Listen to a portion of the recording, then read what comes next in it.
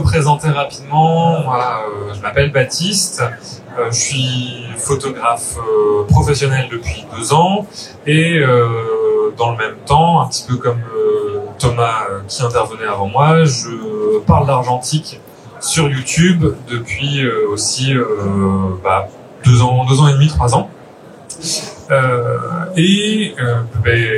L'argentique pour moi c'est pas simplement une pratique loisir, c'est aussi quelque chose que j'ai mis en place et que j'ai intégré dans ma pratique professionnelle de la photographie. Alors même si je suis encore en développement de mon activité, c'est une aventure en cours, c'est quelque chose qui dans la construction de mon projet d'entreprise a pris beaucoup de place. Et aujourd'hui, je voulais parler justement de la place que la photographie argentique pouvait prendre dans la photographie professionnelle, parce qu'aujourd'hui on la présente surtout comme un loisir, comme un hobby, comme une pratique complémentaire d'une pratique numérique. On ne pense pas que ça puisse être une pratique qui fait partie d'une entreprise, etc. en tant que photographe. Et moi je pense que c'est pas le cas. Donc je voulais présenter ça aussi un petit peu aujourd'hui. Donc dans ma photographie professionnelle, moi je fais ce qu'on appelle de la photographie sociale, donc principalement des reportages de mariage, séances portraits, etc. Mais je travaille aussi pour des entreprises, ça peut aller de la communication à la restauration, donc c'est assez vaste. Et la question qu'on me pose souvent, la réaction la plus courante, on va dire, lorsque je dis que je fais de la photo sociale des mariages en argentique, c'est qu'on me dit mais t'as bien du courage ou c'est totalement suicidaire. Donc ça me fait un peu rire parce que pendant une grande partie de l'histoire de la photographie commerciale et professionnelle, on a fait de la photographie de mariage, de la photo de mode, du reportage, de la photo de presse en argentique. Et ça n'a pas posé de problème, les gens avaient des photos, ils étaient contents des photos qu'ils avaient, donc c'est quelque chose qui s'est fait et qui s'est toujours fait. Et moi je trouve que justement il y a un côté où on a cette réaction parce qu'on a perdu l'habitude de travailler avec l'argentique dans des flux professionnels, alors que ça s'est fait pendant très longtemps, et même aujourd'hui il peut y avoir un avantage, c'est pas forcément quelque chose d'exceptionnel, ou c'est pas forcément quelque chose de dangereux de travailler avec l'argentique pour une pratique professionnelle. En général, ce qu'on va reprocher à l'argentique dans cette pratique justement professionnelle, ça va être plusieurs choses. Dans l'esprit du grand public, c'est quelque chose qui prend beaucoup de temps. C'est-à-dire qu'en termes de délai de livraison d'images, une des réactions souvent que j'ai, c'est ah mais tu travailles en argentique, tu dois prendre une éternité à livrer un mariage. Alors qu'en fait, dans les faits, je mets pas beaucoup plus de temps qu'un photographe professionnel qui travaillerait en numérique. La deuxième chose qui pose problème quand on va parler d'argentique, c'est la prise de vue entre guillemets limitée. C'est-à-dire que voilà, quand on va travailler, quand on met une pellicule, on a 36 poses dans son appareil photo, on n'en a pas une de plus. Ma réponse souvent, c'est la prise de vue, elle est limitée à la nombre de pellicules que tu peux prendre avec toi. Si tu peux prendre 200 pellicules, ça te fait quand même un nombre de photos suffisamment important pour voir venir. Donc c'est pareil, la question de la limite, elle se pose aussi. C'est souvent une question de taille du sac et taille du portefeuille pour acheter du film. Mais la limite, finalement, quand on travaille en numérique, c'est le nombre de photos que vous avez stockées dans vos cartes SD. Elle est juste tellement importante qu'on se rend pas compte, on la rencontre beaucoup moins souvent. Et enfin, et je pense que c'est surtout ça qui crée cette réaction de t'as bien du courage ou à l'inverse c'est suicidaire, c'est en argentique, on a l'impression qu'on n'a pas de contrôle entre guillemets sur son image parce que on n'a pas ce retour écran direct de l'image qui, quand on est sur une pratique professionnelle, nous permet à nous photographes de nous rassurer en disant ok, ma photo elle est bonne, elle est bien exposée, la profondeur de champ est bonne, etc. Le modèle ne ferme pas les yeux, il n'y a pas un truc qui va pas dans ma photo, et on se dit qu'en argentique on n'a pas ce contrôle-là et que en gros, et c'est une réaction que j'ai souvent de la part de d'autres photographes qui travaillent en numérique, qui n'ont pas l'habitude de l'argentique, de dire quand tu travailles en argentique, c'est un peu comme on lance les dés et on prie que la photo soit bonne. Alors qu'en fait, pas du tout. Il faut juste être peut-être un peu plus attentif au niveau de la prise de vue. Mais quand j'ai des clients en portrait, leur question c'est mais si je ferme les yeux sur la photo, on le verra pas et on pourra pas la refaire. Et en général, si la personne ferme les yeux quand je prends la photo, moi je m'en suis rendu compte et on refait la photo. Donc c'est un problème qui est aussi quelque chose que dans ma pratique argentique, je rencontre pas. Mais c'est les clichés qu'on a un peu et qui permettent de dire que bah voilà, aujourd'hui la photographie argentique aurait plus sa place dans le milieu professionnel. Dans les faits, il y a plein de pratiques où c'est pas un problème. Ça, c'est la deuxième question qu'on me pose souvent dans les mariages. Donc, quand les gens ont remarqué que je travaillais en argentique, certains invités arrivent et disent mais ça se développe encore les pellicules. En général, je réponds non, ce qui jette un petit froid, mais quand on est au moment du vin d'honneur et qu'il y a eu plusieurs coupes de champagne, ça va, ça passe. Mais c'est pour dire que voilà, pour le grand public, c'est sur certains aspects quelque chose qui n'est plus possible. Alors que dans les faits, il y a pas mal de pratiques actuelles qui, quand on y réfléchit, sont tout à fait compatibles avec un flux argentique. Si on parle de la photographie de mariage, par exemple, il n'y a pas de... Les gens vont de toute façon attendre 1 mois et demi, 2 mois, 3 mois pour leurs photos, même quand c'est un prestataire qui travaille en numérique, parce qu'il y a aussi des délais de traitement, de retouche des images, etc. Et en argentique, bon, ça leur pose finalement pas de problème. Pour eux, dans les faits, dans la prestation telle qu'elle est faite, ça change rien. Il n'y a pas de changement par rapport à quelqu'un qui travaillerait en numérique. Si on parle de la photographie documentaire ou du reportage de presse, type reportage de guerre, reportage nature, etc., c'est pareil. Dans les faits, c'est un travail de longue haleine, c'est un travail documentaire où il y a un long processus d'editing des photos, de choix, de sélection des images, etc.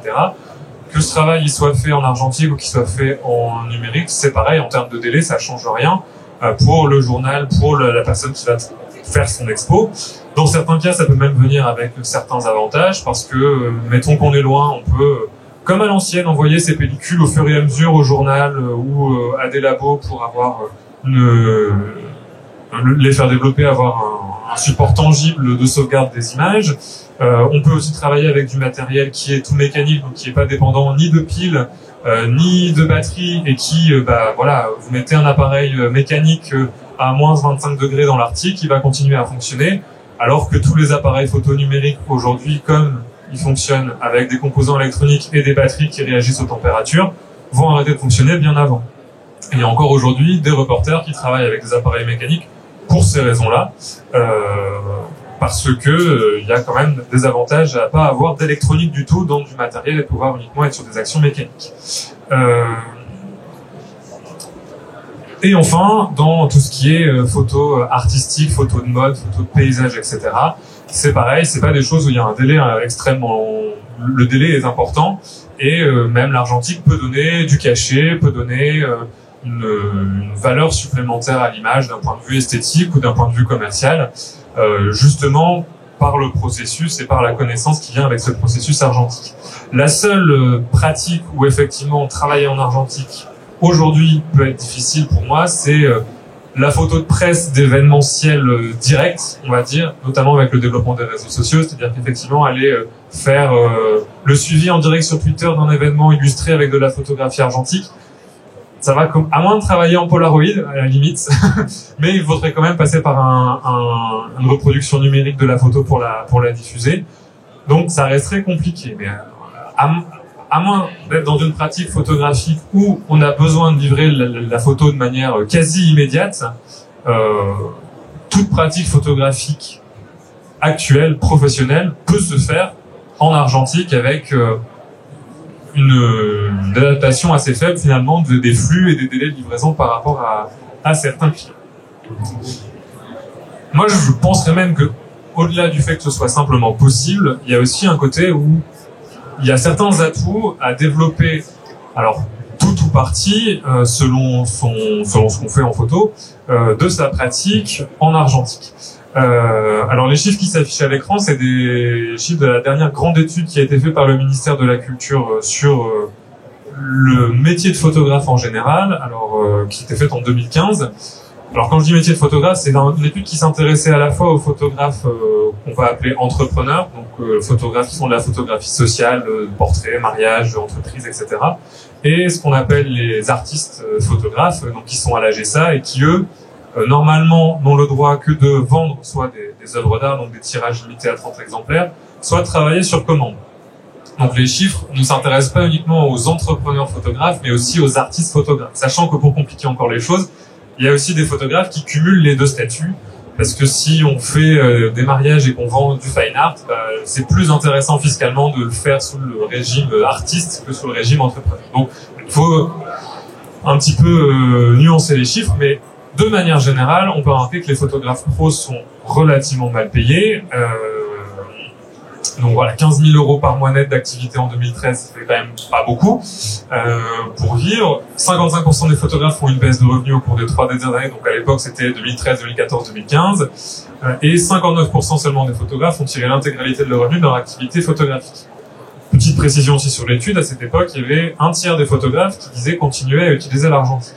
Le problème, c'est qu'on ne sait pas dans quelle pratique. Comme ça s'intéresse, c'est une étude qui s'intéressait aussi beaucoup aux photographes auteurs, dans la pratique artistique et fine art, etc., il y a encore beaucoup de photographes qui utilisent l'argentique pour cette pratique-là, mais de mon côté, je la dissocierais d'une pratique commerciale où on travaille pour des clients, pour des mariages, pour du grand public, entre guillemets.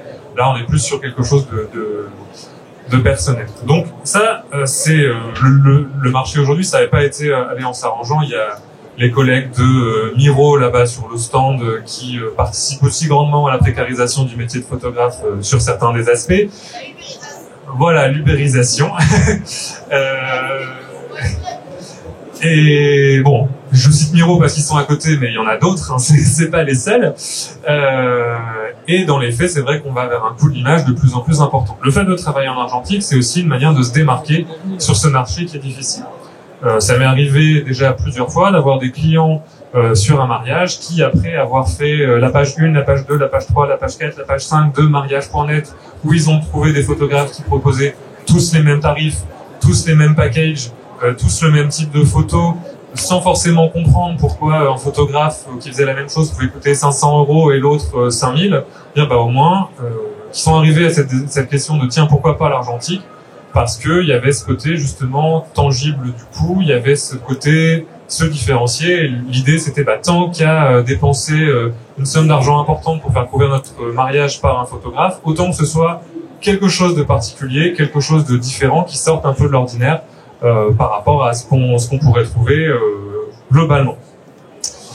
Donc ça c'est pour moi un des premiers atouts de l'argentique, c'est que ça donne au photographe une spécificité, quelque chose qui va faire en sorte qu'on va le retenir. C'est pareil, quand je suis sur un mariage, comme j'ai un matériel qui, forcément, on va se rendre compte que je travaille en argentique, et sur un mariage, il m'est toujours arrivé qu'il y ait un moment au vent d'honneur, un invité, un oncle, un parent qui arrive, ah mais tu fais de l'argentique, moi je connaissais, j'avais dans ma famille, etc. Ce côté où on dit souvent que dans la pratique amateur, quand on a qui font de la photo de rue en argentique, souvent ça crée de la discussion, ça crée des échanges. C'est aussi vrai dans la pratique professionnelle, et il y a un côté où ça fait aussi quelque chose qui va faire qu'on vous retient, et que ah oui, c'était le photographe qui travaillait en argentique, c'était particulier, c'est un petit détail qui permet aussi de se démarquer. Au-delà de l'aspect démarcation, il y a aussi des photographes qui ont poussé la chose, puisque l'argentique est associé aujourd'hui à une image de luxe, puisque c'est plus forcément quelque chose de nécessaire. Effectivement, pour faire de très belles photos numériques, on n'est pas obligé de passer par l'argentique pour faire des belles photos de manière générale, et donc le fait de choisir l'argentique, ça a un côté inutile qui est facilement associé à cette industrie du luxe. Donc là, c'est la page du site internet de Michael Ferriret, qui est un photographe exclusivement argentique belge, qui travaille dans le milieu de la mode et dans le milieu du mariage, et quand on voit sa liste de clients, on est quand même plutôt sur des clients assez luxueux. Il y a Hermès, Stromae, c'est quand même des clients assez importants. Alors, les budgets photos associés à ces contrats préfèrent ne pas savoir les chiffres parce que c'est un petit peu indécent en termes de tarifs, mais c'est quelqu'un qui fait un excellent travail et qui, en travaillant son image de communication sur la photographie argentique au moyen format, c'est toujours des rendus très léchés, très très propres, etc., très fine art, couleurs, très argentiques. Il a réussi à capter ce marché-là. Il y a un autre photographe de mariage aussi qui s'appelle José Villa, qui lui travaille sur les Amériques, qui travaille aussi pareil. au Contax, avec de la Fuji qui a des rendus très pastels et qui travaille sur des mariages, encore une fois, dont les budgets, il vaut mieux ne pas les connaître parce que on est sur des tarifications assez importantes. Et ça, c'est grâce aussi à cette image argentique. Quand on va voir leurs photos, elles sont pas forcément meilleures que des photographes qui travaillent en numérique ou qui travaillent dans... Mais c'est de travailler sur l'argentique, d'avoir cette image de photographe argentique, ce côté artisanal, ce côté presque j'ai les mains dans la pellicule. C'est vraiment l'image qui est défendue par ces photographes-là, qui va parler à une certaine industrie du luxe, à certains clients pour qui la dépense n'est pas un problème et qui on va dire oui mais ça c'est le must du must que vous pouvez avoir, ça va pas leur poser problème, et ça va être une voie aussi qu'on peut prendre au niveau de l'argentique par rapport à des clients. Alors, sans aller jusque-là, là ça va plus être sur mon expérience personnelle, il y a aussi dans certains aspects du travail de traitement d'une image par rapport à un client qui vont donner des atouts à l'argentique. Alors déjà en général on prend moins de photos. Moi je remarque que quand je vais faire un mariage tout en numérique, quand j'en ai fait sur une journée classique, je revenais avec 2000, 3000, 4000 photos. Quand je fais la même journée en argentique, je peux en faire, j'ai dans mon sac de la pellicule pour en faire à peu près 6 à 700. Ce qui est déjà beaucoup. Mais les 6 à 700 que je fais, c'est pas les 6 à 700 que je livre. Sur ces 6 à 700 photos que j'ai fait, j'en livre environ entre 200 et 250. Ça veut pas dire que quand je fais mes 4000 photos en numérique, j'en livre plus. Non, j'en livre pareil. Mon niveau d'exigence par rapport à ce que je livre au client, il est le même. Donc ça veut dire que ce qui change, ça change pas pour le client, ça change que moi, au lieu de trier 700 photos, j'en trie 4000 pour en retenir 250. Je remarque aussi, quand je fais une prestation en numérique, sur un même moment, je vais avoir tendance à décongeler 4, 5, 6 fois. Ça veut pas dire que j'ai pas eu la bonne photo la première fois. Ça veut dire que, comme je sais que j'ai de la marge, je vais avoir tendance à déclencher plus pour me rassurer. Et la question, elle est pas, c'est pas le client, c'est moi, en tant que photographe, je me rassure avec le retour direct par écran et le fait de pouvoir prendre 5, 6, 7, 8, 10 photos du même moment. Alors que si je demande une pause et que je laisse l'action se faire, j'ai pas forcément besoin d'immortaliser chaque demi-seconde de ce qui se passe. J'ai qu'à être attentif à ce que je vois et prendre la photo au bon moment. Donc j'en prends 2, 3. En général, quand on prend 2 ou 3 photos, il y en a une de bonne, on n'a pas besoin d'en prendre 10. Les 7 autres qu'on va prendre en plus vont pas être meilleures que les 3 premières qu'on a déjà prises. En tout cas, dans mon expérience.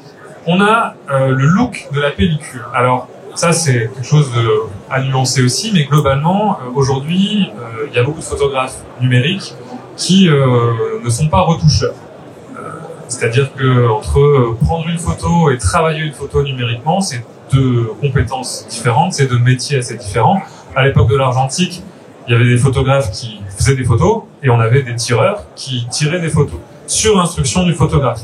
Les agences comme Magnum, les agences de presse, les journaux, même les galeries, etc. avaient leurs tireurs et le photographe, il donnait juste ses instructions, un petit peu comme dans la bande dessinée. Il y a celui qui dessine et puis des fois on a le coloriste derrière et le dessinateur va donner ses instructions au coloriste. Mais c'est 2 métiers différents. Aujourd'hui avec le numérique, ça a tendance à s'être le contrôle global de l'image par le photographe est total, de la prise de vue jusqu'à Photoshop. Et ce métier de retoucheur, il est un peu disparu de la photographie sociale.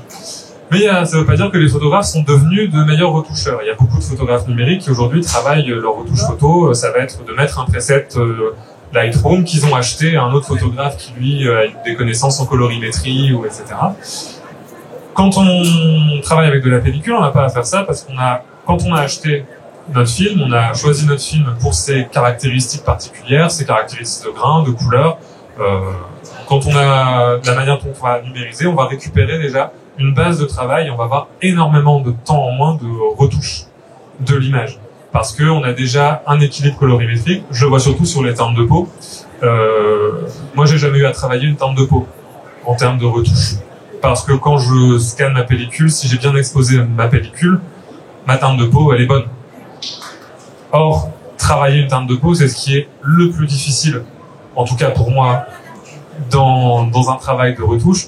Et quand je vois du travail de certains collègues, effectivement, il y a des presets qui foirent les teintes de peau, et moi c'est pas quelque chose que je veux. Dans mon style de photographie, je veux quelque chose de naturel, et c'est vrai que l'argentique, ça me permet de pas avoir cette tâche complexe de retrouver la bonne teinte de peau. Je sais que voilà, Kodak a fait sa portrait depuis je ne sais combien de dizaines d'années, et ils ont fait en sorte que ce soit bon pour les teintes de peau, et je leur fais confiance, et dans les faits, ça marche. Les photos que vous avez vues au début, ce qui a été retouché, c'est l'exposition, le contraste et légèrement la saturation.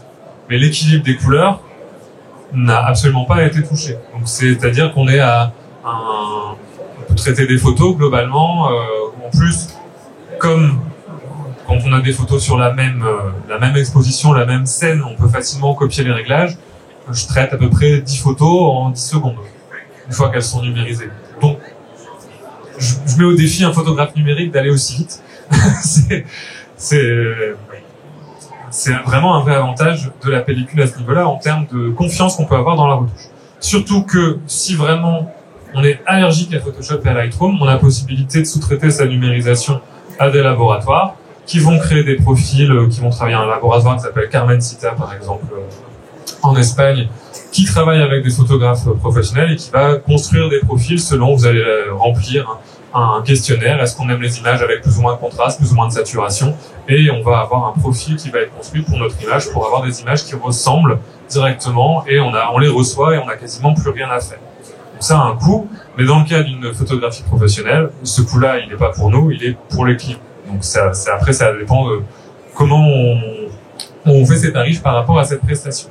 Donc ça, c'est vraiment un avantage pour les photographes qui sont allergiques à la retouche, qui n'ont pas envie ou qui sont mal à l'aise. Moi, je sais que je suis mal à l'aise dans le fait de retoucher des photos numériques parce que c'est pas mon métier, c'est pas mon travail, c'est pas ma compétence. Non seulement ça m'embête, mais en plus, j'ai pas confiance en moi dans ce travail. Enfin, moins de confiance en moi que quand c'est quelqu'un d'autre qui le fait. Je sais le faire, mais c'est pas ce que je préfère faire. Donc tout ça, ça entraîne un gain de temps dans la pratique, et quand on a une entreprise, du gain de temps, ça permet de développer aussi d'autres activités. Et il y a aussi l'aspect matériel qui est important. Donc là, à l'image, vous avez à peu près ce que j'emporte dans mon sac quand je couvre un mariage. Donc il y a un boîtier 35 mm avec deux optiques, un 35, un 85 qui est un zoom, et un boîtier moyen format 645, donc c'est du 6 cm sur 4,5,5. Et pareil avec un 55, donc un équivalent 35 mm, un équivalent 85 mm et un équivalent 50. J'ai en général un second boîtier 35 mm aussi, tout simplement pour avoir des fois noir et blanc et couleurs qui sont chargés en même temps. Et puis, en cas de pépin de l'appareil, d'en avoir un de secours. Voilà. Alors, on peut penser que ça fait beaucoup de matériel. Ce qui m'a coûté le plus cher dans ce matériel, c'est ces trois optiques-là, qui sont des optiques récentes, qui fonctionnent encore en numérique, qui m'ont coûté presque plus cher que tout le reste. C'est-à-dire que là, en termes de coût matériel, je pense que je me suis équipé avec du matériel de qualité professionnelle. Alors certes, de qualité professionnelle d'il y a 10 ou 15 ans, mais vous n'avez pas vraiment de la photo différemment. Je vous donne cet appareil-là, si vous avez l'habitude d'un Canon 5D Mark IV ou Mark III ou je ne sais quoi, vous allez être comme à la maison. Il n'y a aucune différence en termes de prise en main et d'ergonomie. Ça peut être mis entre toutes les mains. Et pour ce coût-là, je pense qu'on est sur un coût de moins de 2000 € pour tout ce matériel-là. Ce qui, aujourd'hui, vous allez monter à l'étage sur le stand de Canon, vous avez même pas leur dernier boîtier plein format sans optique pour ce prix-là. Je pense qu'il est autour de 2500 €, quelque chose comme ça. Moi, j'ai tout mon matériel. Alors, effectivement, c'est du matériel qui est un peu ancien. Il y a une trentaine d'années ce matériel, mais c'est aussi du matériel professionnel qui a été prévu pour durer, qui a été assez peu utilisé parce que c'est du matériel qui date de cette période de transition où tous les photographes professionnels se sont mis à l'argentique, au numérique, pardon. Donc là, le boîtier 35 mm, il a certainement, je m'en suis certainement plus servi que son ancien propriétaire. Et c'est pareil. Donc, après, on va me répondre, oui, mais il y a la pellicule à racheter à chaque fois. Alors que quand on achète un appareil photo numérique, bon, on amortit notre matériel, on a pu forcément à le payer. Je répondrai que la pellicule, c'est pas moi qui la paye. La pellicule, c'est mon client qui la paye. Donc finalement, ça revient au même, et malgré tout, en termes de pellicule, sur un mariage, moi, ça va me coûter à peu près 250 €. Ça veut dire que globalement, avant d'amortir, j'ai 10 mariages avant d'amortir le coût d'un appareil photo numérique plein format. Donc ça laisse ça laisse le temps de voir venir un petit peu quand même en termes de matériel. Et quand on commence une activité qu'on n'a pas forcément envie de s'endetter sur 10 ou 15 ans à la banque, bah ça peut aussi faire une différence. Il faut savoir que moi, mon matériel numérique que j'ai pour faire de la vidéo et pour des prestations où l'argentique n'est pas en question, je l'ai financé en faisant des mariages en argentique. Voilà. Donc avec du matériel qui m'a coûté moins de 500 €, bah, j'ai acheté au fur et à mesure des prestations du matériel. C'est aussi quelque chose à prendre en considération. Alors, enfin, dans l'idée de l'argentique, il y a aussi pas mal de possibilités qui sont pas offertes par le numérique, notamment tout ce qui est moyen et grand format. Donc, aller prendre voilà, les chambres qui sont présentées à côté, par exemple, bah, ça va permettre de faire des photos qui sont impossibles à faire en numérique ou que personne ne va faire en numérique. Donc, moyen et grand format, c'est des formats qui sont plus grands que le 35 mm. Donc 35 mm, c'est les petites pellicules, et puis après c'est des... Il y a des numériques moyen format, mais c'est pareil. Le premier prix en numérique moyen format, c'est chez Fuji, c'est 5500 € sans optique. Moi, je me suis équipé en moyen format pour moins de 1000 € avec un jeu de 3 optiques, de dos, plusieurs accessoires, etc. Donc c'est aussi une leçon de coût aujourd'hui, et même le moyen format numérique a énormément de désavantages en termes de latitude d'exposition, en termes de montée en ISO, en termes d'autofocus. Alors ça, petit à petit, ça rattrape, mais c'est encore très très loin de même ce qui peut se faire, de ce qu'on peut trouver en termes de qualité de matériel en argentique. Il y a un photographe britannique qui, par exemple, il fait sa prestation de mariage en numérique normal, et pendant la séance de couple, il sort une chambre 8x10 et il fait un portrait des mariés à la chambre 8x10. Alors ça transforme sa prestation non plus en prestation photo, mais presque en démonstration, en expérience photographique, parce que c'est pas quelque chose que on va voir tous les jours, que même les invités sont là, vont voir tous les jours, on va travailler un photographe avec une chambre comme ça. Ça lui permet de proposer un tirage d'excellente qualité à ses mariés et de faire une photo qui, en termes de profondeur de champ, en termes de ce qui est possible de faire tout simplement avec une chambre grand format, n'est pas possible de faire avec du matériel numérique aujourd'hui. C'est pareil, ça existe, il y a un prototype de capteur grand format. Bon, là, on est dans les millions d'euros en termes d'achat. Il y en a un modèle, c'est un prototype. Donc, ça ouvre des possibilités matérielles qui sont pas encore possibles ou qui sont plus difficilement accessibles en numérique. Et croyez-moi que ce photographe qui fait juste cette photo-là, sa prestation, il va pouvoir la vendre beaucoup plus cher. Et le coût finalement de la chambre et du négatif, etc., ça va être rien du tout par rapport au surplus, par rapport à la qualité, par rapport à ce qu'il va pouvoir offrir en termes d'expérience à ses clients. On pourrait dire pareil avec tout ce qui est pratique, lomographie, donc plus expérimentale, des rendus peut-être plus artistiques, etc. Ça peut permettre en fait de séduire, de proposer des images différentes et de séduire d'autres types de clientèle qui se retrouvent pas forcément dans la photographie numérique classique aujourd'hui qu'on peut avoir. Surtout que malgré tout, aujourd'hui l'argentique revient même dans les discours sur le grand public, on en parle beaucoup plus. Donc ça nous touche nous certes en tant que photographe, mais ça va aussi avoir un écho sur le grand public qui va connaître Polaroid, qui va connaître Instax, qui va faire de la photo instantanée, qui va éventuellement avoir un contact plus important avec la photographie argentique. Et en plus, moi j'ai remarqué que globalement, on a une progression en photo qui est plus importante. Moi, depuis que je fais de la photographie argentique, ça nourrit aussi ma pratique en numérique, notamment sur le fait d'avoir confiance dans les réglages que je vais faire, de pas avoir à contrôler en permanence mon écran pour faire des photos, parce que je sais que si j'ai les bons réglages, si l'exposition est bonne, je sais me faire confiance, je sais parce que je le fais en argentique, donc il n'y a pas de raison que je fasse pas pareil en numérique, à faire moins d'images, à mieux choisir mes images à la prise de vue, et sur ma pratique globale en numérique. Donc, pour faire un petit bilan à la suite, globalement, qu'est-ce que ça va changer? Alors, est-ce que ça va changer le look des images? Alors, un peu, même si pour moi, c'est pas forcément la chose la plus importante. On peut très bien faire de belles photos en numérique. Je pense que l'idée, c'est juste pas de se dire que il y a un côté où l'émulation de la photographie argentique en numérique, je trouve que c'est un petit peu dommage parce qu'on a un truc qui fait très bien le rendu photographie argentique, qui s'appelle la photographie argentique. Donc, je trouve que c'est un peu dommage de voir des gens, des fois, qui galèrent sur Photoshop pendant 5, 10, 15 minutes pour essayer de recréer une photo avec un look argentique, alors qu'ils auraient acheté une pellicule, ils l'auraient shooté, ils l'auraient fait développer, ils auraient eu leur look argentique directement à la sortie du truc, sans passer 15 heures sur leur ordinateur. Il y avait une vidéo comme ça où on voyait la personne qui essayait de recréer des trucs argentiques et qui arrivait pas, et qui disait, ah bah là, il y a la magie du film. C'est pas la magie du film, c'est juste, c'est la photographie argentique, c'est un procédé différent. Faut pas opposer les deux. La photographie argentique, c'est un procédé physique et chimique. La photographie numérique, c'est un procédé physique, électronique et numérique, et forcément, ça donnera des images différentes.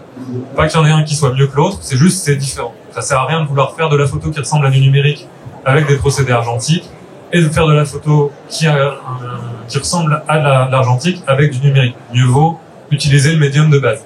Ça, c'est mon avis personnel. Au niveau de l'organisation de la prestation, c'est pareil. Ça va changer la manière dont les questions qu'on va se poser, mais ça va juste être des questions différentes. Un photographe numérique, ça va être est-ce que j'ai bien chargé mes batteries? Est-ce que j'ai bien vidé mes cartes mémoire? Est-ce que je prends le bon nombre de cartes mémoire? Bon, voilà. Est-ce que j'ai de quoi sauvegarder mes photos au fur et à mesure? Moi, ça va être est-ce que j'ai pris le bon nombre de pellicules pour cette journée? Est-ce que j'ai une pile de rechange pour mon appareil photo? Est-ce que j'ai un marqueur pour marquer les pellicules que j'ai poussées, etc. Ça va être d'autres questions, ça va être d'autres problématiques, mais ça change pas globalement. Une fois qu'on sait qu'on a notre routine, c'est pas plus difficile que de faire ça en numérique. Le flux de travail, c'est pareil. Pendant la prestation, globalement, ça change pas grand-chose parce que moi, je connais mon matériel, je sais comment je travaille et je vais avoir mon flux de travail tout comme un photographe numérique aura le sien.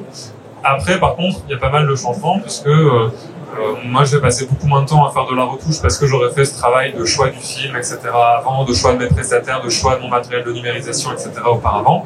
Donc, je vais passer moins de temps à la retouche et mon travail après la prestation, ça va plus être le choix et le tri des images, ce qui peut-être va me permettre, je vais passer moins de temps sur les images, d'en avoir marre moins rapidement et peut-être de proposer une meilleure sélection. Après, ça va dépendre de chacun et moi, c'est un flux de travail qui me correspond. Le rapport au client. Alors moi, d'expérience, j'ai remarqué que quand on dit au client, c'est ma manière de travailler. Si vous voulez les images que vous avez vues sur mon site, c'est comme ça que je travaille et c'est comme ça que je les obtiens. Et en plus, si vous changez, ça vous coûte pareil. Si on fait en numérique, c'est le même prix. En général, la plupart des gens, en tout cas dans le grand public, sauf les gens qui viennent effectivement chercher cette spécificité argentique, mais de manière générale, la plupart des gens, ce qu'ils veulent, c'est le résultat, c'est les images. Et s'ils ont ces images-là, peu importe comment c'est pris, ils seront contents. Donc il y a pas. Après le prix, le chiffre d'affaires de la prestation, alors ça va dépendre. Effectivement, faire du low cost en argentique, c'est pas possible. Il y a un côté où même en faisant tous les efforts du monde pour ouvrir ces tarifs à tout le monde, si moi j'ai 300 € de frais pour acheter la pellicule et la développer sur un mariage, je peux pas vendre ma prestation à 500. C'est pas possible. Déjà, en tant que photographe numérique, vendre une prestation de mariage à 500, c'est suicidaire. Mais forcément, il y a un coût qui vient avec le médium et qu'il faut amortir. Il y a aussi un côté où, comme il y a un coût avec le médium qu'il faut amortir, c'est aussi plus facile de le faire comprendre au client.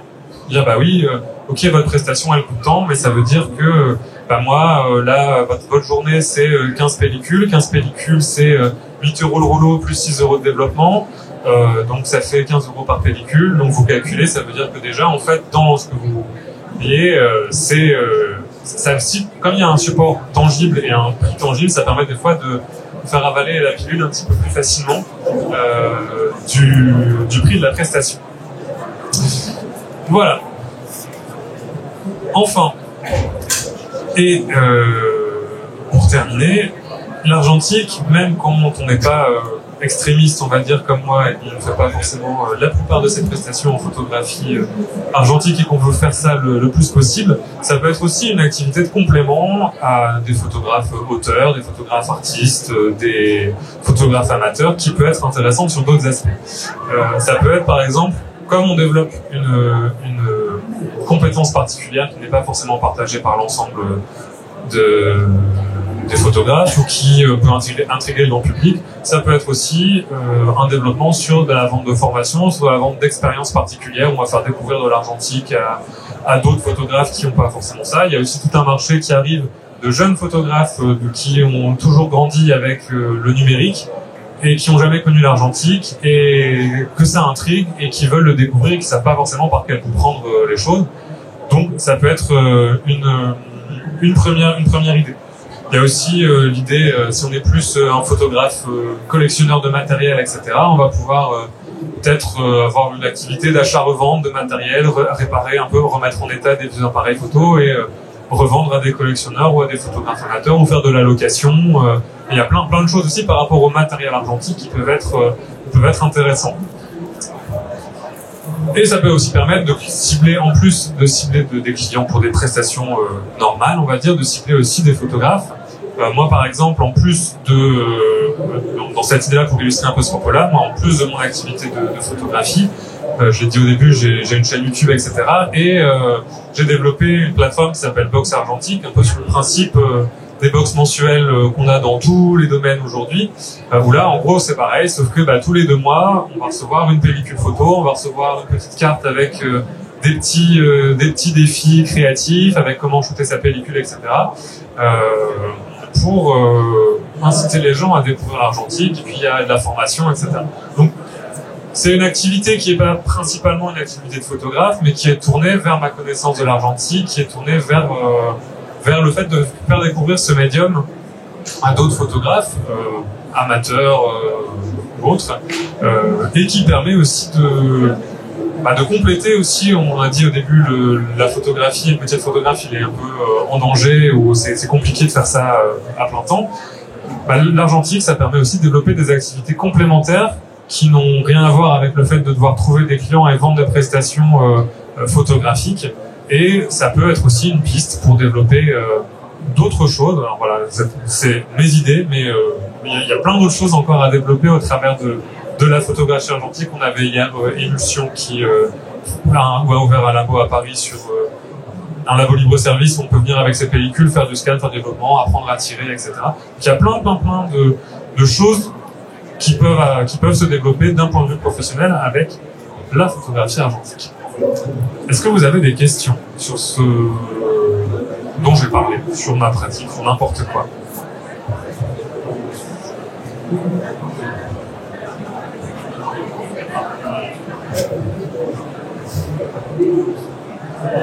Moi, je voudrais juste vous poser une question, c'est que est-ce que ça vous arrive de compliquer la vie et de prendre par exemple des pellicules périmées pour faire des mariages, des choses comme ça pour expérimenter? Alors, non. Parce que globalement, dans ma photographie de mariage, je vends une image qui peut me permettre d'expérimenter. Après, ce que je pourrais faire, c'est faire une série d'images avec des pellicules avec un côté justement incertain pour vendre cette prestation-là en tant que telle. Mais là, pour l'instant, c'est pas ce que je développe parce que le client qui va payer pour son mariage, il veut avoir une certitude, il veut pouvoir se projeter. Ce qui est difficile pour pas mal de gens quand ils vont, et notamment aujourd'hui, on a devenir photographe professionnel, souvent c'est ce que je dis, c'est un chèque à la FNAC, 10 minutes sur le site de l'URSSAF, vous êtes photographe professionnel. Vous avez légalement le droit de facturer et de construire une entreprise. C'est pas compliqué de devenir photographe professionnel d'un point de vue légal. Donc ce que va acheter ton client, c'est un style, c'est un look, c'est quelque chose comme ça. Il faut qu'il puisse se projeter, quand il va voir les photos sur le site, se dire ok, les photos de mon mariage vont ressembler à ça. Même si c'est pas lui sur les photos, même si pas. Et donc vendre une prestation en disant ça va être imprévu et il y a peut-être des clients qui seraient totalement partants pour ça, faut les trouver. Mais c'est vrai que ça me semble difficile. Après, dans ma pratique personnelle, j'ai une pratique plus... Je ne me résume pas qu'à ma pratique professionnelle, et j'ai une pratique personnelle plus large aussi, où je vais expérimenter avec des appareils. Je peux aussi bien, dans ma pratique personnelle, travailler avec un appareil photo que j'ai acheté 5 € sur une brocante, ou sur un moyen format beaucoup plus coûteux, et ça ne pose pas de problème. C'est juste qu'effectivement, il faut pouvoir segmenter aussi, et c'est ça aussi la différence, c'est que quand on fait rentrer l'argentique dans une pratique professionnelle aussi, il faut pouvoir segmenter. Tu prends une partie de ta pratique personnelle et tu vas la proposer à des clients parce que tu sais que c'est ça qui va pouvoir marcher d'un point de vue commercial, parce que c'est là que tu te sens à l'aise de vendre. Mais tu peux pas tout prendre. Il y a forcément des choses qui, moi, si je le proposais à des gens, personne ne voudrait l'acheter. Donc ça n'a pas d'intérêt de le développer. Et puis les pellicules périmées, c'est souvent un casse-tête aussi après en termes de retraitement, en termes de scan, en termes de sur un mariage. Si j'ai quand je pars sur un mariage, je prends une référence de pellicule. J'ai vu ici, voilà, il y a la Fuji, la Delta, et c'est parce que ça me permet justement d'être sûr que des préparatifs jusqu'à la soirée, j'aurai le même équilibre des couleurs, j'aurai un rendu global. Et quand on va ouvrir ma galerie, il y aura ce rendu-là qui sera. Alors que si je prends un peu de pellicule périmée, un peu de machin, un peu de truc, je vais avoir plein de rendus différents dans la journée. Et en tout cas, personnellement, c'est pas ce que je veux vendre.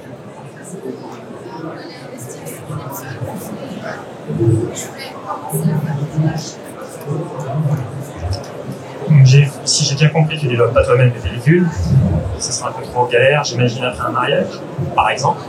En revanche, est-ce que tu proposes des tirages argentiques ou est-ce qu'on te le demande? Parce qu'évidemment, c'est plus le même coût. Alors, je développe pas les pellicules couleur. La couleur, bon, globalement, ce que veulent les gens sur un mariage, c'est principalement la couleur. En général, je livre 70 à 80% de couleur et 20% de noir et blanc. Parce qu'il y a des fois, par exemple, la soirée, quand il y a vraiment peu de lumière, en photographie argentique en couleur, c'est pas possible. Travailler avec des flashs, ça casse un peu ce rendu. C'est possible, hein, mais ça demande. J'ai déjà beaucoup de matériel sur le dos. Si j'en porte en plus, des télécommandes, des flashs, des machins, des choses comme ça, faut un camion, c'est pas possible. Donc, ouais. Le noir et blanc, par contre, c'est moi qui le développe parce que en général, les chimies dans les labos, soit ça coûte très cher de le faire développer à la main dans la chimie qu'on veut, soit en traitement machine, ça donne un rendu qui est trop contrasté, enfin, que j'aime pas. Au niveau des négatifs, je préfère pouvoir avoir le contrôle, et puis je trouve que ça fait aussi partie, en tout cas en noir et blanc, de ce côté un peu artisanal de la photo. Donc ça, c'est pour le développement. Comme il y en a peu, on ne va pas le développer, ça fait 7-8 pellicules peut-être, grand maximum sur un mariage. Donc ça prend demi-journée et puis on n'en parle plus. Concernant les tirages, c'est quelque chose que je proposais pas jusqu'alors, mais que là, moi, c'est pareil, l'argentique, c'est pas hyper longtemps que j'en fais non plus. Et là, je commence à apprendre à tirer aussi sur papier, donc c'est quelque chose que j'aimerais proposer.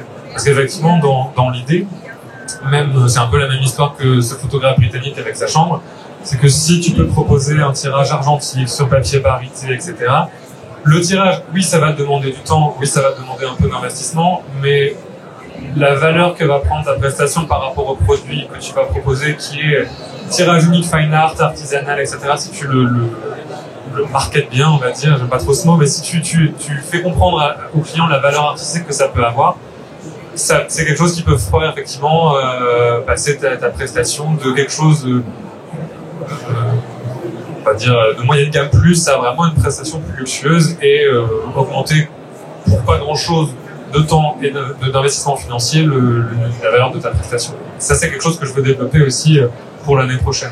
Mais il faut d'abord que j'apprenne à le faire bien parce que de la manière, c'est pareil. Je peux pas juste expérimenter avec des tirages et donner des trucs un petit peu. Là, j'en suis à avoir des tirages qui sont droits. Donc, il va falloir attendre un petit peu quelques mois avant de pouvoir le vendre d'un point de vue prestation. Bonjour. Moi, j'ai une question, c'est par rapport à comment toi tu vois l'avenir de l'argentique du coup dans 5 ou 10 ans, parce que ta pratique, elle est intimement liée à cela. Et imaginons que des pellicules, avec des marques on en voit qui arrêtent leur pellicule. Comment toi tu vois cet avenir-là et comment tu te projettes dans 5 ou 10 ans par rapport à l'avenir de l'argentique en tant que tel? Alors, c'est une bonne question. Moi, ce qui m'inquiète, c'est pas tellement la pellicule. Parce qu'effectivement, la pellicule, on a des arrêts, des choses comme ça, mais on a aussi des arrivées. Là, les chiffres du 3e trimestre sont tombés en termes d'entreprise, etc. Kodak annonce plus 31% de chiffre d'affaires sur le 3e trimestre. Notamment sur cette division de film argentique. Donc, il y a quand même une reprise. Après, le marché, il s'adapte aussi. On va pas revenir à un marché avec 60, 80, 50 références de pellicules. Non, on va rester sur un marché avec une dizaine, quinzaine de références Après, peut-être que c'est aussi ce dont on a besoin. On n'a pas forcément besoin d'avoir aujourd'hui 70 références de pellicule couleur, parce que dans les faits, il y a aussi plein de... voilà. Le but, c'est pas vraiment de faire de l'argentique pour faire de l'argentique, c'est aussi de savoir quand est-ce que c'est utile, et il y a aussi plein de pratiques où il y a plus... certains films ont plus besoin d'exister, parce que dans les faits, par exemple, pourquoi il n'y a plus de films très haute vitesse couleur? Parce que dans les faits, si tu veux faire de la photographie en couleur, à haute vitesse, avec une bonne montée en ISO, il vaut mieux faire du numérique. Tu auras un meilleur rendu à 5000 ISO en numérique que si tu développes un film couleur qui va coûter très très cher à développer, qui va coûter très très cher à l'achat, pour faire de la photo à haute vitesse. Donc aussi, c'est normal que le marché il s'adapte aussi à la niche que c'est devenu aujourd'hui. Là c'est pareil, il y a Elford qui a annoncé il y a des films qui ressortent, surtout en noir et blanc, en couleur beaucoup moins parce que c'est un procédé beaucoup plus complexe en termes d'industrie, mais disons que l'industrie s'adapte. Donc moi c'est pas forcément les pellicules qui m'inquiètent, parce qu'en plus derrière on a l'industrie du cinéma qui est énormément consommée. Aujourd'hui vous avez tous consommé de l'argentique. Si vous êtes allé voir un film au cinéma dans les 6 derniers mois, vous avez consommé de l'argentique d'une certaine manière, parce qu'il y a si vous allez voir Star Wars 7 au cinéma, il a été tourné, enfin le dernier Star Wars qui va sortir en décembre, il a été tourné sur pellicule 35 mm et sur pellicule 70 mm, intégralement en argentique. Donc au cinéma, c'est voilà, si vous avez regardé la série The Walking Dead, elle a été tournée intégralement sur pellicule 16 mm. Par exemple, on n'y pense pas, mais en fait, dans notre consommation de séries, soit de gros films hollywoodiens, soit de petits projets, parce qu'il y a beaucoup de cas aussi en audiovisuel, où travailler en argentique 16 mm par rapport au coût de location d'un équipement numérique, d'une RAID, de 8K, de la plateforme pour traiter ces énormes fichiers numériques, etc. Des fois, louer une caméra argentique qui, au lieu de vous coûter 350 € la journée, va vous coûter 50 € la journée, et d'acheter la bonne quantité de films, vous allez payer votre projet audiovisuel beaucoup moins cher. Donc, il y a encore des industries qui sont très demandeuses de films. Moi, ce qui m'inquiète plus, c'est les appareils photo. Parce que, pour l'instant, il n'y a aucun appareil photo neuf, sérieux, on va dire. On a des appareils joués chez Lomographie, on a des projets. Le problème de l'appareil photo, c'est que c'est à la fois extrêmement simple, comme mécanisme, c'est une boîte noire avec qui fait rentrer de la lumière pendant un temps donné, globalement, et en même temps extrêmement complexe. C'est très facile de faire un appareil photo avec une boîte de sardines, on perce un trou dedans, on met un scotch opaque dedans, on met du film, on a un appareil photo, d'une certaine manière. Mais faire quelque chose comme ça, c'est compliqué. C'est extrême. Et aujourd'hui, même les obturateurs et les pièces détachées, on pourrait dire, on peut prendre des pièces détachées qui existent. Sony, Canon, ils fabriquent encore des obturateurs, ils fabriquent des pièces d'appareil photo et puis assembler soi-même un appareil photo. Il y en a plusieurs qui essaient de le faire en ce moment. Le problème, c'est que les obturateurs aujourd'hui, ils sont pas prévus pour travailler avec un système d'entraînement d'une pellicule. Ils sont prévus pour travailler avec un ordinateur, avec un processeur, avec contrôler informatiquement, etc. Et donc, il faut presque retrouver une technologie qui permette. Ce qui est intéressant quand on travaille en argentique et quand on s'intéresse aux appareils photo, c'est qu'on voit que on a perdu certains savoirs. Et parce qu'ils ont à un moment plus un intérêt commercial, parce qu'il n'y a plus personne pour les acheter, etc. Moi, ce matériel-là qui a une trentaine d'années, l'EOS 3, la fin de production, c'est 2008, le dernier vendu, c'est 2015. Donc c'est pas si vieux. Ça fait 10 ans. Donc c'est un appareil, et c'est un appareil qui n'a pas beaucoup servi. Mais c'est vrai que la dernière fois que j'étais sur une présentation, il ne voulait plus déclencher. Bon, j'ai de quoi faire, c'est pas un problème sur le moment. Mais c'est vrai que, des EOS 3, il y en a une quantité limitée dans le monde. Il y en a une quantité limitée qui fonctionne. Et voilà, un jour, il y a quelqu'un, dans 5, 10, 15, 20, 30, 50, 70, je sais pas combien d'années, mais un jour, le dernier EOS 3, il rendra là, mais on pourra plus travailler avec surtout quand on parle d'appareils comme ça, on va dire, professionnels, qui sont, fortement liés à l'électronique. Quand on a des choses mécaniques comme ça, c'est réparable. On peut réimprimer des pièces en 3D, on peut toujours se débrouiller avec de la mécanique. La carte mère de l'EOS 3, elle est plus fabriquée et personne ne va savoir la refabriquer. Et faire un mariage avec ça, je pourrais le faire, mais ce serait beaucoup moins confortable que d'avoir l'autofocus, que d'avoir une cellule précise, que d'avoir... c'est possible, on l'a fait, on sait le faire, mais ça va forcément demander plus de compromis que de pouvoir travailler avec du matériel moderne. Moi, c'est pas forcément le film qui m'inquiète, mais c'est plus l'appareil photo. Après, dans 5, dans 10, dans 20, on verra bien, on s'adaptera aussi. Je dis pas que je pourrais continuer ce modèle peut-être éternellement.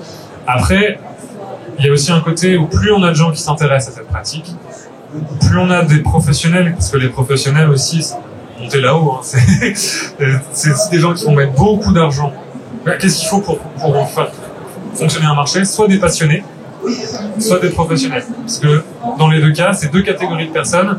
Les passionnés, ils peuvent mettre énormément d'argent dans leur passion sans compter, donc ils peuvent soutenir un marché même de niche. Les professionnels, c'est pareil. Par obligation de client, ils sont obligés d'acheter du matériel, du machin, etc. Donc si on a suffisamment de passionnés et suffisamment de professionnels qui intègrent cette pratique argentique, il n'est pas exclu, alors peut-être pas chez des grands fabricants, mais il n'est pas exclu de voir des projets d'appareils photo qui émergent aussi dans les 5, 10, 15 ans. C'est pareil, Leica, par exemple, soutient encore, on peut aller chez Leica faire réparer son Leica M3. Hasselblad, je pense, d'une certaine mesure, le fait aussi. Et jusqu'à très récemment, Canon et Nikon supportaient encore, jusqu'il y a 3-4 ans, ils supportaient encore le retour de ces appareils-là en SAV. C'est juste que là, les pièces ne sont plus fabriquées, donc ils ont plus de pièces, donc ils n'acceptent plus en SAV. Ce qui est normal. Je sais pas si j'ai répondu à...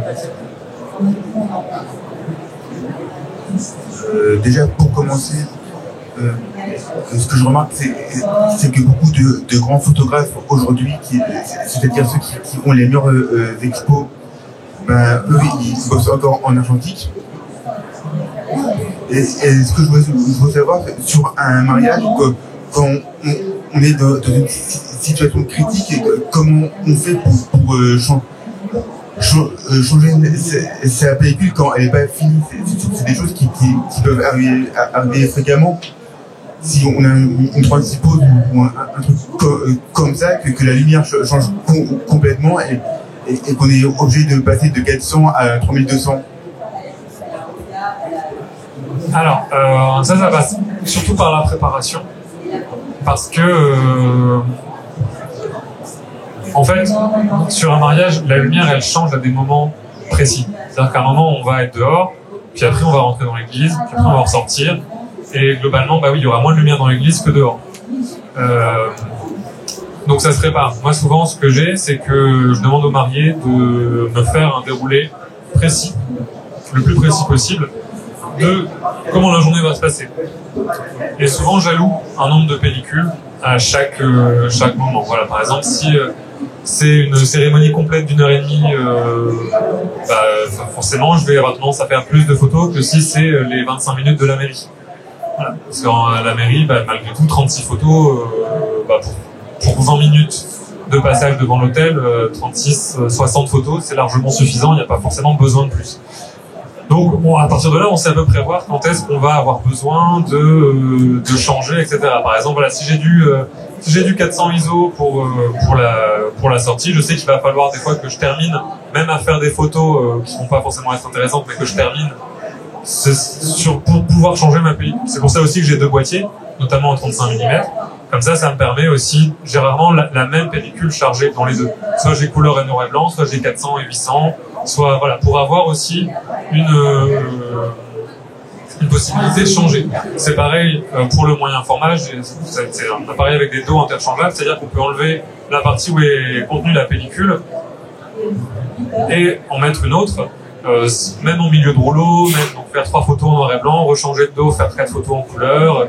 Donc ça, c'est aussi, mais c'est en fait des techniques qui étaient utilisées auparavant et que voilà, quand on faisait des photos de mariage dans les années 80-90, les gens ils se mariaient toujours à l'église, il y avait toujours des changements de lumière et ils avaient quand même des photos. Alors après c'est pareil, moi j'évite de travailler avec des flashs, mais on pourrait aussi avoir des flashs, avoir d'autres méthodes. Ce que je dis souvent quand je donne des cours de photo, c'est qu'en photo, il y a le mur des conditions lumineuses. Il n'y a pas de lumière. On peut repousser ce mur, mais il arrive toujours à un moment. C'est-à-dire que si je suis dans une église et qu'elle est sombre, oui, je peux monter en ISO, mais au bout d'un moment, je vais arriver à une certaine limite. Donc il faut que je rajoute un flash, etc. Donc en fait, c'est juste comprendre cette limite en argentique et savoir la préparer. Et en fait, on se rend compte que c'est pas si difficile que ça d'apprendre à la préparer. Ça demande juste de s'organiser de connaître aussi les choses. Quand on travaille avec des films aussi, les films modernes, ils sont aussi extrêmement larges. C'est-à-dire que ce film qui est noté à 400 ISO, je l'ai exposé de 1600 à 100 ISO sans problème, sans avoir une grosse perte de détails dans mes photos. Parce que c'est des films qui sont issus des productions de cinéma où justement cette latitude elle est extrêmement importante. Donc c'est ça aussi, c'est que on a oublié, c'est ce que j'ai tout à l'heure, on a oublié certaines choses, c'est qu'on a oublié aussi comment la pellicule argentique fonctionne en numérique. Comme on passe sur des manipulations électroniques, ça va avoir une influence hyper importante en termes de qualité d'image, de passer de 400 à 3200 ISO.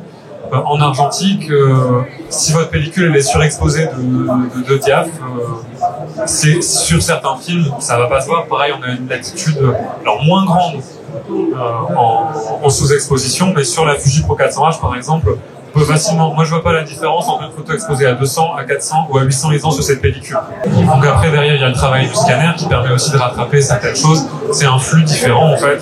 Et par exemple, on va pas travailler une photo pareille, soit qu'on travaille avec un scanner de numérisation de la photo, enfin du négatif, ou sous l'agrandisseur. Et c'est vrai que le fait de travailler avec un scanner, notamment en noir et blanc, on va pouvoir récupérer des fois des photos qui, en noir et blanc sous agrandisseur, ce serait extrêmement complexe à récupérer.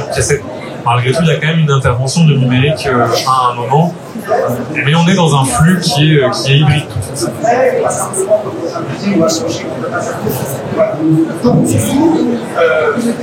Encore des questions? C'est bon pour tout le monde.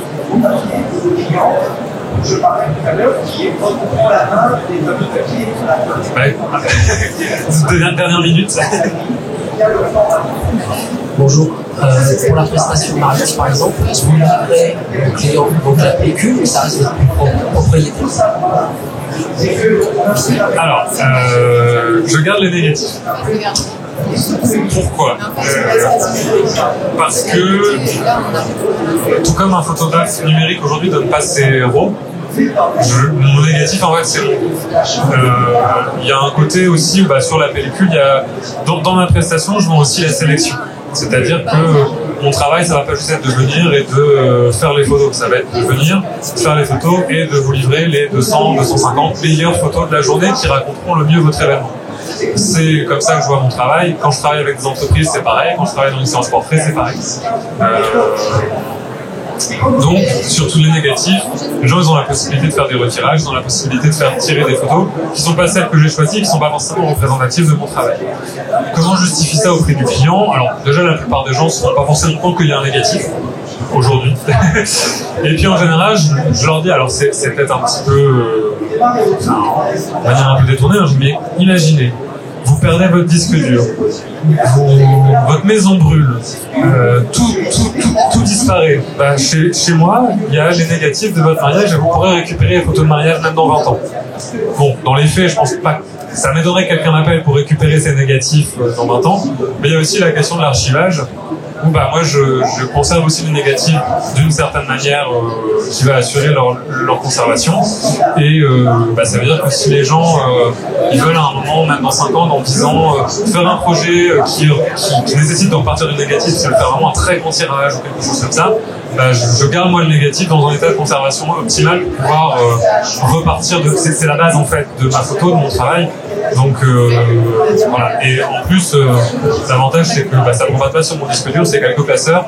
Mais c'est voilà. Moi, c'est ce que je dis toujours aussi, c'est que entre 2012 et 2017, j'ai perdu toutes mes photos. Parce qu'entre temps, j'ai changé 2 fois d'ordinateur et 3 fois de disque dur. Donc j'ai perdu mes photos dans ce processus. Depuis que je fais de la photographie argentique, j'ai pas perdu une seule image. Écoutez, s'il n'y a plus de questions, merci à tous d'être venus. Et puis voilà, si vous voulez retrouver mon travail, j'ai des petites cartes de visite là sur le côté. Et puis sinon c'est EMGK Photographie partout sur YouTube, sur Internet, sur voilà. Merci à vous et bon week-end.